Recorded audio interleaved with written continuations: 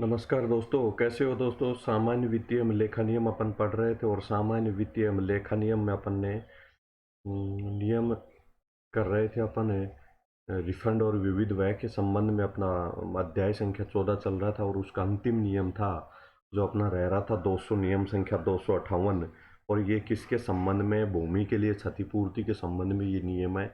और इस नियम को अपन करने के लिए अपने को दोस्तों एक क्लास में कंप्लीट नहीं हो पाएगा।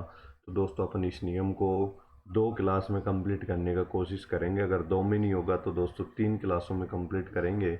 लेकिन इस नियम को अपन कंप्लीट करेंगे तो हो सकता है मैं एक क्लास आज ही शाम को लेके आ जाऊं, दूसरी क्लास। तो ये नियम जैसे ही कंप्लीट होगा उसके बाद अपना एक अध्याय बचेगा, ओनली एक चैप्टर बचेगा और उस चैप्टर के 279 से नियम प्रारंभ होंगे। और वो चैप्टर जैसे ही अपन कंप्लीट करेंगे तो अपना सामान्य वित्तीय लेखा नियम की फिर एक स्पेशल क्लास होगी, जिस क्लास के अंतर्गत अपने कुछ पॉइंट्स, महत्वपूर्ण पॉइंट्स को भी अपन नोट करेंगे। तो दोस्तों सामान्य वित्तीय लेखा नियम का नियम संख्या 258 समझिएगा। तो दोस्तों नियम संख्या 258 क्या कहता है समझिए।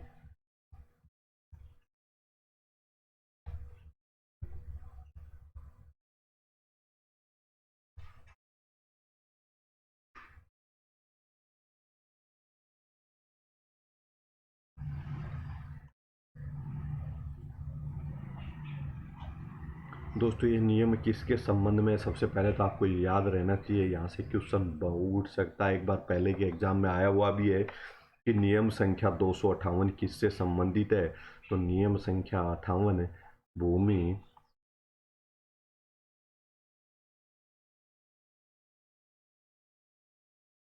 भूमि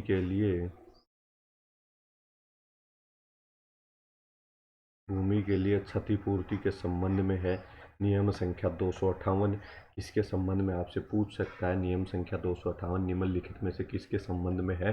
तो आप करेंगे भूमि के लिए क्षतिपूर्ति के संबंध में। आपसे पूछ सकता है सामान्य वित्तीय लेखा नियमों में वर्णित भूमि के लिए क्षतिपूर्ति कौन से नियम में वर्णित है? तो नियम संख्या 258 उत्तर हो जाएगा। तो 2% तो यहीं से बनेंगे।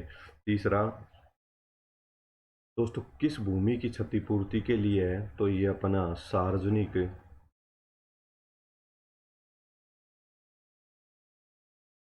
उद्देश्यों के लिए जो भूमि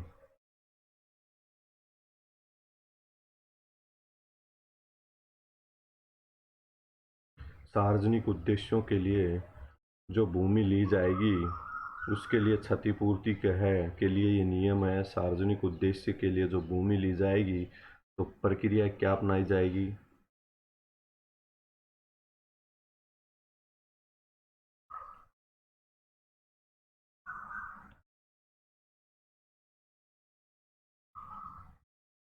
तो दोस्तों क्षतिपूर्ति, भूमि के लिए क्षतिपूर्ति तो भूमि किस उद्देश्य के लिए ली जाएगी? सार्वजनिक उद्देश्य के लिए ली जाएगी। जैसे सरकार को रोड बनाना होता है तो दोस्तों जहाँ से रोड निकालना होता है तो वहाँ के किसानों से वहाँ की ज़मीन भूमि अवाप्त की जाती है, ज़मीन ली जाती है, तो उसको क्या कहते हैं? भूमि अवाप्ति के लिए क्षतिपूर्ति। जो सार्वजनिक उद्देश्य के लिए होती है वो सभी के लिए काम आने वाली चीज़ होती है। सार्वजनिक उद्देश्य के लिए अगर भूमि अवाप्ति की जाएगी तो क्या प्रक्रिया अपनाई जाएगी उस नियम में दे रखी है।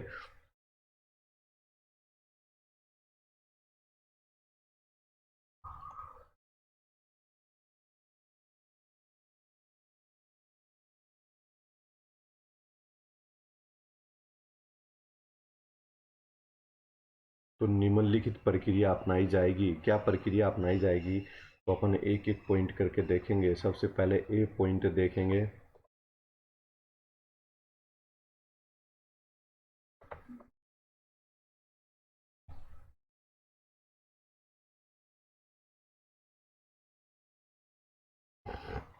एक नंबर पॉइंट देखेंगे तो दोस्तों सामान्यतः क्या होता है, राज्य सरकार के विभाग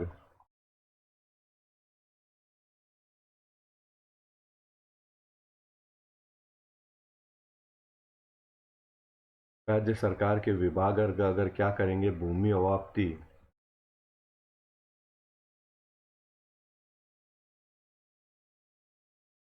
तो भूमि अवाप्ति करेंगे तो उसको क्या करना पड़ेगा, लोक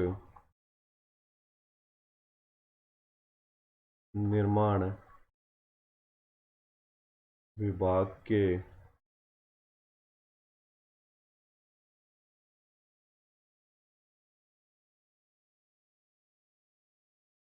लोक निर्माण विभाग के क्या करना पड़ेगा, नियमों का पालन करना पड़ेगा। तो दोस्तों, भूमि नियम संख्या 258 किसके संबंध में था, भूमि के लिए क्षतिपूर्ति के संबंध में था। भूमि सरकार के द्वारा क्यों ली जाएगी, सार्वजनिक उद्देश्य के लिए ली जाती है, सड़क बनाना है, पुल बनाना है, कोई हॉस्पिटल का निर्माण करना है, कोई स्कूल का निर्माण करना है, कोई भी निर्माण कार्य जो सरकार के सार्वजनिक उद्देश्य के लिए, तो उसके लिए भूमि अवाप्ति की जाती है। इंडस्ट्री एरिया डेवलप करना है, तो ऐसे बहुत सारे कार्य होते हैं जिनके लिए सरकार को भूमि की आवश्यकता होती है। और भूमि के जो किसान या जो भी भूमि पर काबिज है, जो भी भूमि का हकदार है, उसको उसकी क्षतिपूर्ति देके भूमि अवाप्त की जाती है। तो उसके लिए प्रक्रिया बताई गई है इस नियम में कि किस किस प्रकार से ये भूमि अवाप्ति के लिए क्षतिपूर्ति की जाएगी। तो राज्य सरकार के विभाग भूमि अवाप्त करते हैं, यानी कि ज़मीन खरीदते हैं एक प्रकार से। तो लोक निर्माण विभाग के भूमि खरीदने के संबंध में जो नियम, भूमि अवाप्ति के संबंध में लोक निर्माण विभाग के जो नियम दे रखे हैं, उन्हीं नियमों का पालन करना होगा। तो एक पॉइंट आपको समझ में आ गया होगा कि भूमि अवाप्ति के समय कौन से नियमों का, किस विभाग के नियमों का पालन करना होता है। तो आपसे क्वेश्चन पूछ सकता है, तो आपको देगा वित्त विभाग के नियमों का, कार्मिक विभाग के नियमों का, लोक लेखा निर्माण विभाग के, तो लोक निर्माण विभाग के लोक निर्माण विभाग के किसका नियमों का पालन करना होगा। तो अपना 1 नंबर पॉइंट हो गया है दोस्तों। अब अपन पॉइंट नंबर 2 देखेंगे।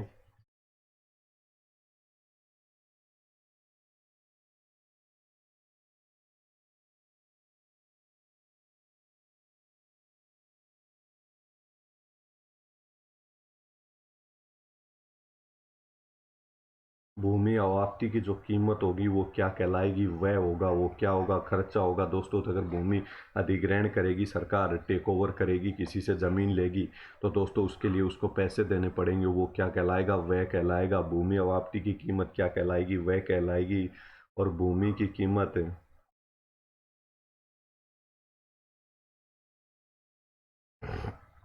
किसमें, परियोजना की लागत में जुड़ेगी।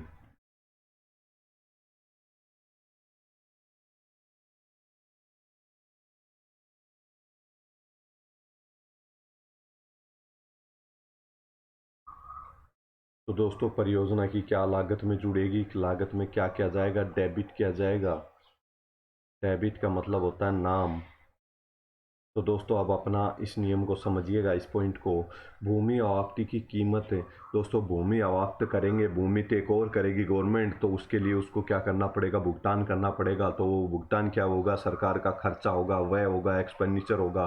तो भूमि की कीमत को क्या करेंगे, परियोजना की लागत में जुड़ेगी। दोस्तों, अगर मान लीजिए किसी सड़क निर्माण के लिए भूमि अवाप्त कर रहे हैं, तो भूमि की लागत, जो भूमि क्रय करने के लिए जो कीमत दी गई है, तो वो सरकार सड़क निर्माण की पूरी परियोजना की लागत में जुड़ेगी। इसी प्रकार से अगर किसी हॉस्पिटल के लिए भूमि अवाप्त की गई है, तो वो हॉस्पिटल निर्माण की लागत के अंदर उस भूमि की कीमत भी जुड़ेगी, तो उस पूरी परियोजना की लागत में जोड़ दिया जाएगा। जोड़ना डेबिट होता है। इसको क्या कहते हैं, नाम करना, यानी कि डेबिट करना, यानी कि परियोजना की लागत में जुड़ेगी एक तरह से। तो याद रखना, डेबिट शब्द एक आपने कॉमर्स का स्टूडेंटों को समझ में आ जाएगा। डेबिट का मतलब आप तो नाम समझिए कि उसके खाते में नाम कर दिया जाएगा, यानी कि लिख दिया जाएगा, परियोजना की लागत में जोड़ दिया जाएगा। तो अपन ने पॉइंट नंबर 2 समझ लिया होगा, ऐसी मैं उम्मीद करता हूँ। अब अपन पॉइंट संख्या 3 समझेंगे। यदि दोस्तों दो विभाग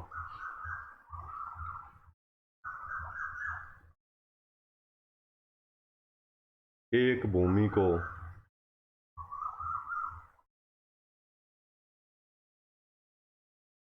दोस्तों दो विभाग मिलकर के क्या करते हैं, एक ही भूमि को अवाप्त करते हैं, यानी कि क्रय करते हैं। मान लीजिएगा दो विभागों के द्वारा कोई कार्य प्रारंभ करना है, और उन दो विभागों के द्वारा जो कार्य करना है, तो दो विभाग एक साथ है। मान लो यहाँ हॉस्पिटल बनना है, या कोई सरकारी ऑफिस बनना है, तो दो विभाग एक साथ अगर भूमि अवाप्त करते हैं, एक ही भूमि खरीदते हैं, तो उसके संबंध में उसकी लागत फिर किस में जोड़ेंगे। तो इस समस्या का समाधान करने के लिए नियम निर्धारित किया गया कि दो विभागों के द्वारा अगर एक साथ इकट्ठी भूमि अवाप्त की जाती है दो विभागों के द्वारा, तो जिस विभाग की क्या होगी, परियोजना लागत अधिक होगी, उसमें जोड़ दिया जाएगा।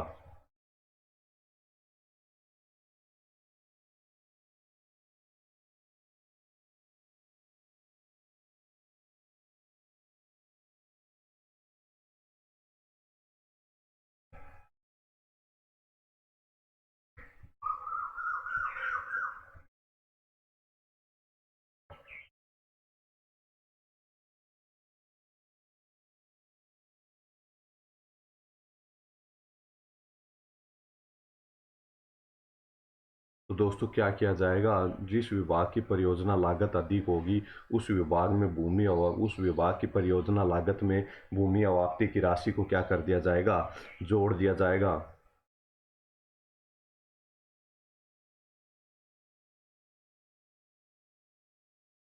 राशि को क्या कर दिया जाएगा, जोड़ दिया जाएगा। हाँ, अपन ने पॉइंट संख्या 3 समझा दोस्तों। अगर दो विभाग मिलकर के एक ही जमीन को क्रय करते हैं, दोनों विभागों ने डिसाइड कर रखा है कि इसी इसी इसी जगह पर मान लीजिए कोई चिकित्सालय भी चलेगा और इसी स्थान पर कोई विद्यालय भी चलेगा।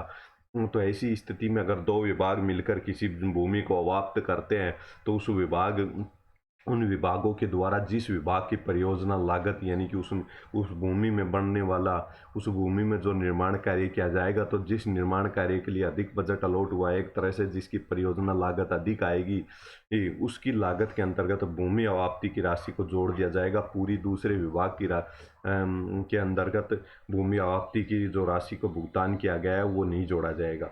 तो दोस्तों नियम संख्या अपना इसका पॉइंट संख्या 3 भी अपन ने देखा।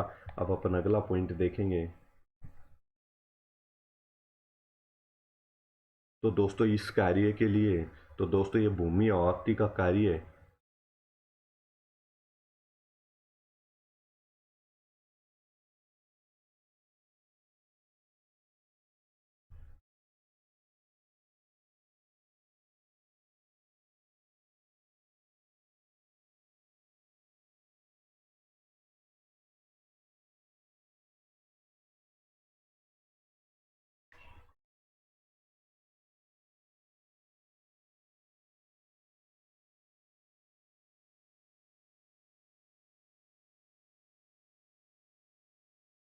तो दोस्तों अब आप समझिएगा कि ये भूमि अवाप्ति का जो कार्य होता है वो आसान कार्य नहीं होता है, बहुत लंबी प्रक्रिया चलती है।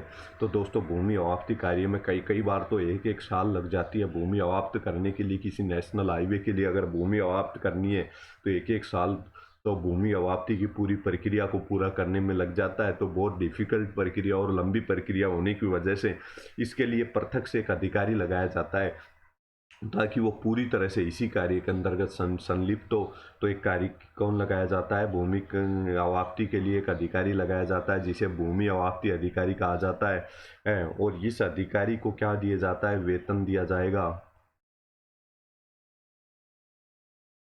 भत्ते दिए जाते हैं, और अन्य कोई आकस्मिक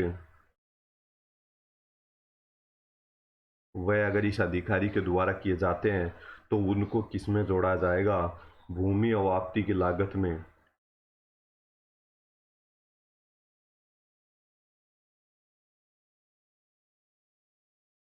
तो दोस्तों उसके के वेतन को, भत्तों को भूमि अवाप्ति की लागत में जोड़ा जाएगा। दोस्तों स्वाभाविक सी बात है, जिस अधिकारी को इस कार्य में लगाया गया है, तो उसकी सैलरी को भी इसी भूमि की लागत में जोड़ा जाएगा। क्योंकि दोस्तों जब भूमि अवाप्ति जो अधिकारी कर रहा है वो इस कार्य में लगा हुआ है और उसका वेतन दिया जाता है, उसको भत्ते दिए जाते हैं, कोई अन्य खर्चा होता है, तो उसको भूमि अवाप्ति की लागत में जोड़ा जाएगा।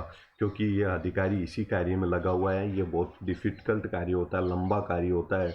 कई बार तो 2-2 साल 3-3 साल लग जाते हैं। नेशनल हाईवे के प्रोजेक्ट में, किसी स्टेट हाईवे का प्रोजेक्ट है तो उसमें भी 6 महीने 8 महीने भूमि अवाप्ति की पूरी प्रक्रिया को अपनाने में समय लगता है। तो बहुत डिफिकल्ट और लंबी प्रक्रिया है। तो दोस्तों अपन इस नियम के माध्यम से इस अपन पूरी प्रक्रिया को समझना बहुत मुश्किल है, लेकिन आप इस नियम के आधार पर अपन इस पूरी प्रक्रिया को जहाँ तक हो सकेगा अपन कुछ पॉइंट्स के माध्यम से समझने का प्रयास करेंगे।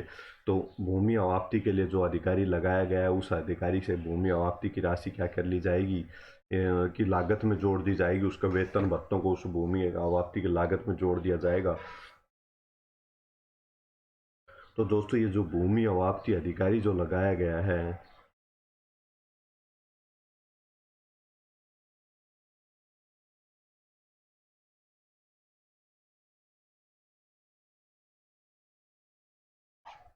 भूमि अवाप्ति अधिकारी जो लगाया गया है, इसको कलेक्टर की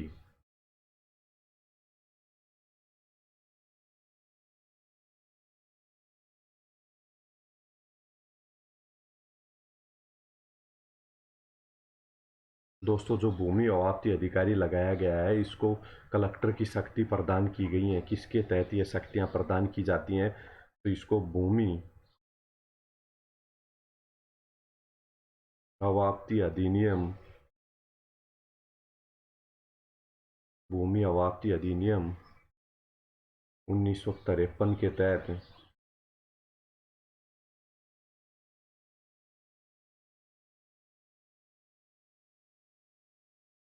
कलेक्टर की शक्ति प्रदान की जाती है। भूमि अवाप्ति अधिनियम 1953 के तहत भूमि अवाप्ति अधिकारी को कलेक्टर की शक्ति प्रदान की जाती है। ये क्या करता है? भूमि अवाप्ति अधिकारी के कार्य भी देख लीजिएगा। इसके मुख्यतः 3 कार्य होते हैं। एक तो प्रक्रिया भूमि, एक पहला कार्य इसका क्या होगा?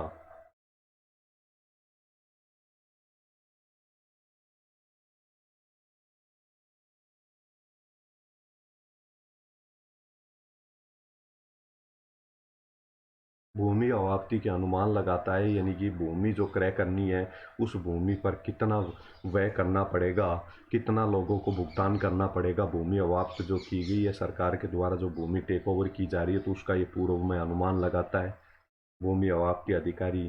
दूसरा क्या करेगा? प्रक्रिया पूरी करेगा, भूमि अवाप्ति की पूरी प्रक्रिया को पूरा करेगा। और तीसरा कार्य क्या करेगा? क्षतिपूर्ति। तीसरा कार्य क्या करेगा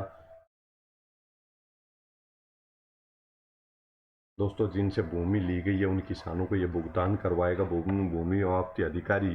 तीसरा कार्य क्षतिपूर्ति, पूर्व अनुमान लगाएगा भूमि अवाप्ति के लिए, प्रक्रिया का पालन करेगा। जो जो प्रोसेस होती है भूमि अवाप्ति के लिए, जो जो फॉर्म भरे जाएंगे, नोटिस जारी किए जाएंगे, वो सब कार्य करेगा भूमि अवाप्ति अधिकारी। तीसरा कार्य क्षतिपूर्ति का करेगा। तो अपन ने पढ़ा भूमि अवाप्ति के संबंध में, अपन ने पॉइंट्स पढ़े। अब अपन अगला पॉइंट पे चलते हैं।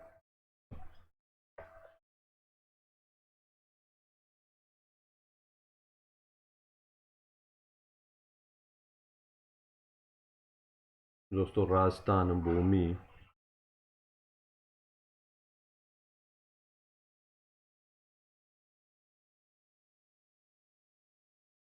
अधिनियम 1953 के तहत क्या होता है? जो ये अपना भूमि अवाप्ति अधिकारी है,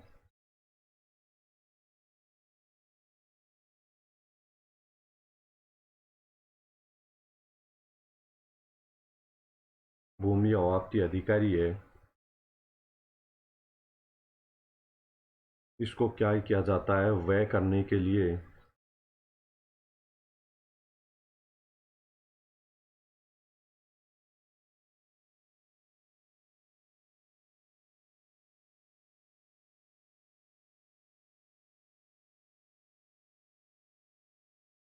इसको व्यय करने के लिए क्या की जाती है? निधियां जारी की जाती है।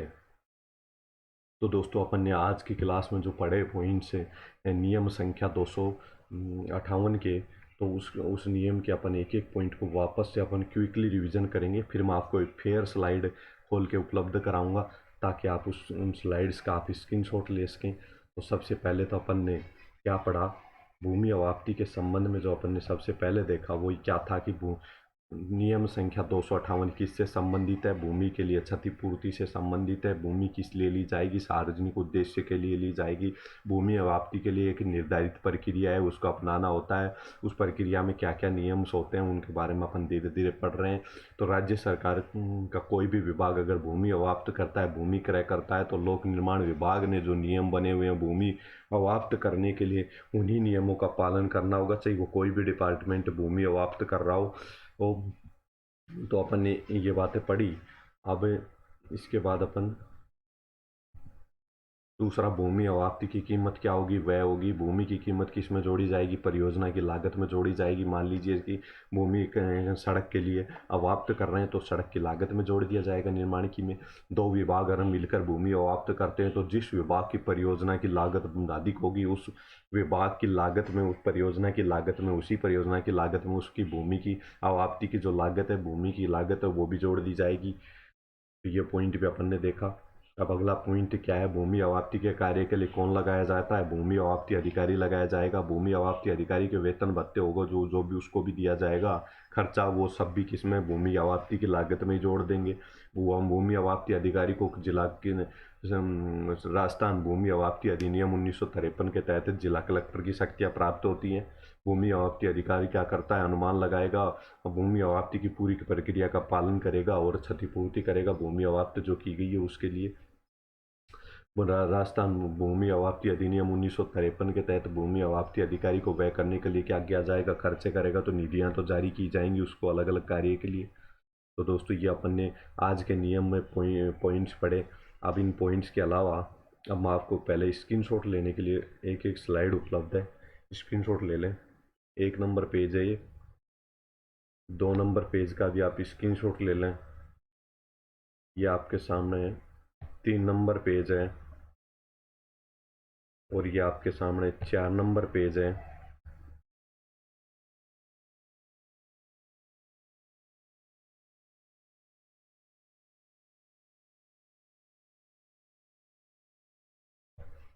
इस पेज का भी दोस्तों आप स्क्रीनशॉट ले लें। ये पेज राजस्थान भूमि अवाप्ति अधिनियम की जो धाराएं हैं उन धाराओं के संबंध में है, जो धाराएं अपने इस नियम के अंतर्गत आगे काम आएंगी। दोस्तों ये नियम कंप्लीट नहीं हुआ है। इस नियम की जो धाराएं मैं आपको ये स्क्रीनशॉट लेने के लिए बोल रहा हूँ इस पेज का, इसका भी आप स्क्रीनशॉट ले लें इस पेज का, ताकि ये भूमि अवाप्ति की ये धाराएं हैं ये आप याद कर लें, ताकि अपनी अगली क्लास में तब आएँ तो आपको ये धाराएं अगर याद रहेंगी तो आगे का नियम आपको आराम से समझ में आएगा, अन्यथा आपको समझने में डिफ़िकल्टी होगी। इस पेज का भी स्क्रीनशॉट ले लें, दोनों पेज का। ये अभी अपन ने ओपन किया था वो, और ये इसका भी स्क्रीनशॉट ले लें। और इसके अलावा दोस्तों कुछ प्रारूप दे रखे हैं। प्रारूप किसके? भूमि अवाप्ति अधिनियम के अंतर्गत भूमि अवाप्ति में जो जो फॉर्म भेजे जाते हैं, जो जो नोटिस जारी किए जाते हैं, उनके ये प्रारूप दे रखे हैं। तो इस पेज का भी आज आप स्क्रीनशॉट ले लें और इनको याद कर लें कि कौन से प्रारूप में क्या किसके संबंध में है, ये याद कर लें। कौन सी धारा के अंतर्गत क्या नोटिस जारी भूमि, जैसे ये है कि धारा 11 भूमि अवाप्ति का नोटिस जारी करने के संबंध में धारा 11 है। धारा 12 भूमि अवाप्ति का नोटिस जो पक्षकार को दिया जाएगा उस नोटिस के बारे में न्यायालय में वाद दायर करने का अधिकार धारा 18 देती है भूमि अवाप्ति अधिनियम के तहत। तो ये सारी धाराएं आप याद कर लें ताकि अपन अगली क्लास में आए तो आगे का नियम आपको समझने में आसानी हो। और ये प्रारूप भी याद कर लें कि कौन से प्रारूप में किसका वर्णन है। जैसे अवार्ड जारी करने का पूर्ण विवरण किसमें, अवार्ड जारी यानी नोटिस जारी करने का पूर्ण विवरण तो ए में है, डबल ए में सहायक विवरण है। न्यायालय द्वारा अगर नोटिस जारी किया जाता है उसका विवरण किस में है तो बी में है। तो इस प्रकार से ये भी याद कर लें। अब आप अपन इस क्लास के बाद में जो पढ़ेंगे उसके बारे में थोड़ी चर्चा करता हूँ। ये भूमि अवाप्ति के लिए जो प्रक्रिया का पालन भूमि अवाप्ति अधिकारी करेगा वो प्रक्रिया अपन अगली क्लास में पढ़ेंगे। तो भूमि अवाप्ति के लिए जो अधिकारी प्रक्रिया का पालन करेगा ना वो अपन अगली क्लास में पढ़ेंगे। तो दोस्तों उम्मीद करता हूँ आपने एक एक पेज का स्क्रीनशॉट ले लिया होगा, नहीं लिया है तो फिर से ले लें। Page number 1, page number 2, 3, 4,